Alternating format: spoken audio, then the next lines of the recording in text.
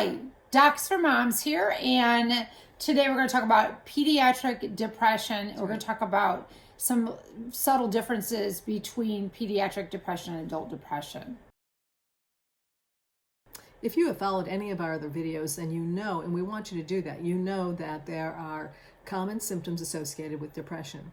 And in the pediatric population, those symptoms are no different, but what makes it different is that we know that every child is different, and it may be more subtle, and the responsibility is more on you as the parent to be able to identify if something is going on that may not be quite right. Children also have this desire to be pleasers. Some children anyways, not all of mine, but some of them. And unfortunately, a pleaser is going to show their very best self forward. And so you may miss some of those subtleties unless you're asking questions.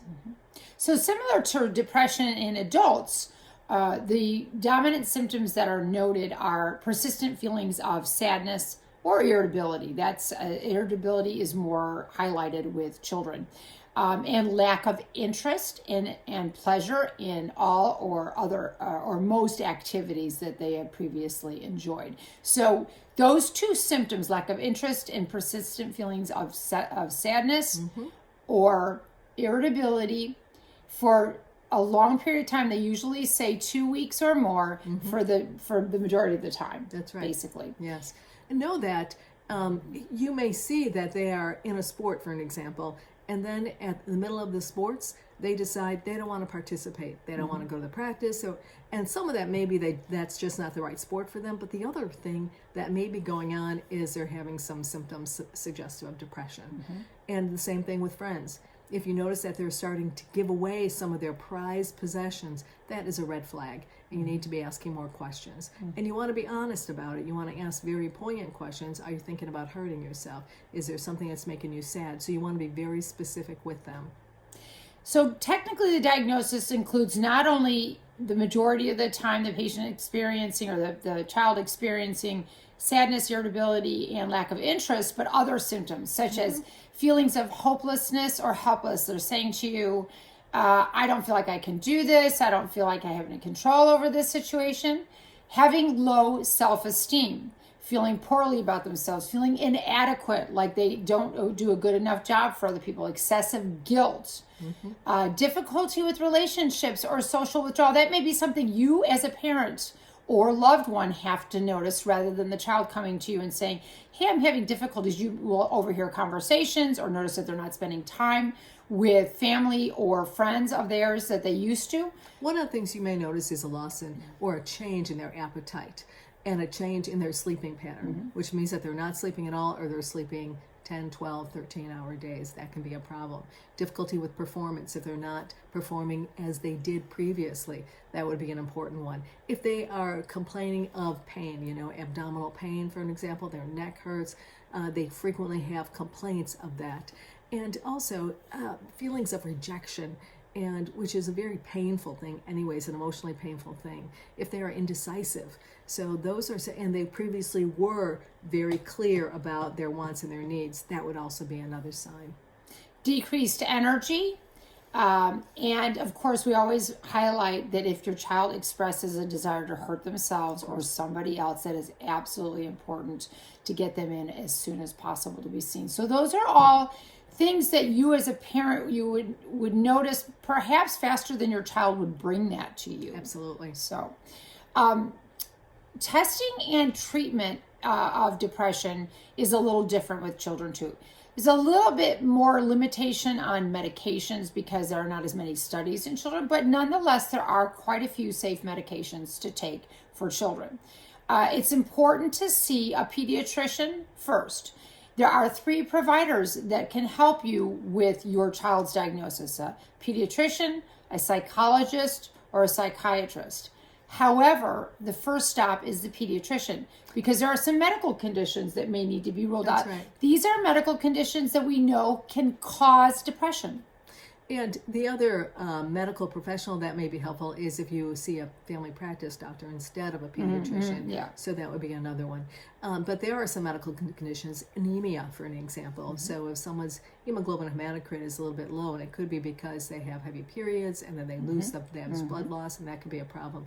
If they have chronic pain, we know that especially abdominal pain is quite frequently associated with other conditions as well as with depression. Concussion, if they are in a sport and where there's a lot of headbutting, soccer for an example, and they're ruling they have eliminated now the headbutting in soccer, but other sports, if they have fallen or they got hit in the head with a baseball bat or a baseball itself, those things can cause concussions. If they have diabetes, or if they have epilepsy or seizures for an example, and if they have thyroid disease, whether it's hyper or hypothyroid, if they have mononucleosis. And another deficiency could be a vitamin D deficiency, can also be another medical condition. And what your primary care doc or the medical professional will do is test you for those things and see if there is a medical explanation for it. And we talked previously about TBI, traumatic brain injury, that under certain circumstances, if you treat that, if you get the body in alignment and you take care of that malalignment, it can actually reverse or correct the depression in some cases. So we just addressed the fact that there are different providers that can help you with the diagnosis of depression for a child, but definitely seeing your pediatrician, and yes, I meant to mention also family doctor, anybody who is taking care of the basic medical care of your child can rule out some of these chronic diseases that can cause depression. It's important also as a parent, caretaker, guardian of a child to understand that sorting out depression and making a diagnosis is important because you want to get things well documented. A lot of insurance companies now, fortunately, do recognize that behavioral health is an important part of health and they do cover it, but you have to have good documentation. And along those lines, to do that, sometimes there will be other people involved in making that diagnosis and documenting a need for treatment. For example, they may involve teachers, coaches, or other care providers.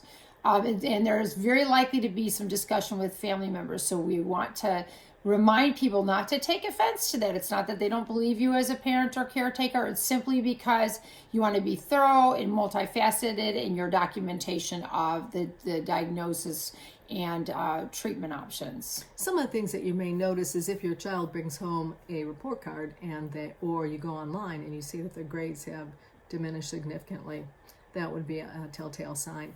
Again, they're not working up to their typical, what they usually do. So if they're really bright and they're a good reader and all of a sudden you notice that they're not reading, they're not getting those grades, if they're not participating in the sports like they were previously, or if you notice that they're having issues with all of their friends and suddenly their friends start dropping off, that may be another sign. And again, there's a tie-in with low self-image. So if they're feeling poorly about themselves, that may be, again, a clue as to what's going on within them in the way of depression. So we're trying to highlight that these are 3 areas that will have a long-term, potentially big impact on a child's adulthood. Poor grades, poor relationships, and self-esteem.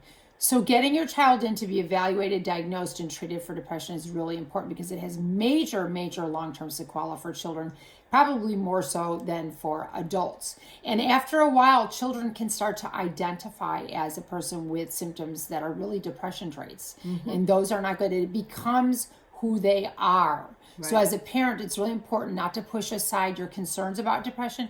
Get your child in and get them evaluated. The other important thing is that you don't want to tell them that they're stupid, belittle them in any way, because there may be a good explanation for what's going on with them. There is something called the illusory reflex, the truth reflex. And that particular condition talks about, or a syndrome, talks about if you hear something frequently, you believe it. So if your parents are telling, if you are the parent are telling them you're doing terrible, you're not a good person, you're lazy, you are not pushing yourself, that child begins to believe that they are stupid, that they can't do anything, and that can be a problem. Instead, you want to build them up, because that's where that self-esteem starts, is right in the household. So you tell them, okay, we're going through a rough patch, but we can get back to what we need to do to get you back on base. And that's going to require several things. That's going to require sometimes medications, but cognitive behavioral therapy, as well as again, encouragement. Get them with a support group, whether that is at church. They have great youth groups at church. If it's not with church, if it's another organization that they can feel part of, because having a purpose is extremely important, especially at that young age. So just a final wrap up, I'm going to mention some things that you as a parent can be paying particular attention to track for your child, because once again, they're not likely to come to you and say, hey, I think this medication's working because such and such and such. That's not an insight that children usually have. They're not likely to say, hey, my relationships are better. So here are a few things that you can track as a parent in an ongoing way to make sure that the cognitive behavioral therapy that they're likely to be in, because that's a mainstay of treatment for childhood depression. And it's not because you're a bad parent. It's not because your household is a negative household. It's because that is a mainstay for treatment of childhood depression, as is medication. And there are a lot of other aside things that can be done, but those two things will probably be proposed or should be proposed as treatment for your childhood depression in your family. So here are a few things that you can track and help your providers to make sure that these treatments are working for your child. So you want to look at, how is your child sleeping? How is your child eating? What is their energy level? Are they involved in activities? I want you to be aware of the side effects of medications and observe, because they may be experiencing some of the side effects from the medications. Also, how they interact with you as a parent, with siblings, with other family members. And are they participating in hobbies and other activities that they usually enjoy? And then how are they interacting with their friends and other peers? All those things are going to be extremely important. So there's a little summary on pediatric depression diagnosis and treatment. And we also have depression diagnosis in geriatrics as well. Yes. Stay tuned.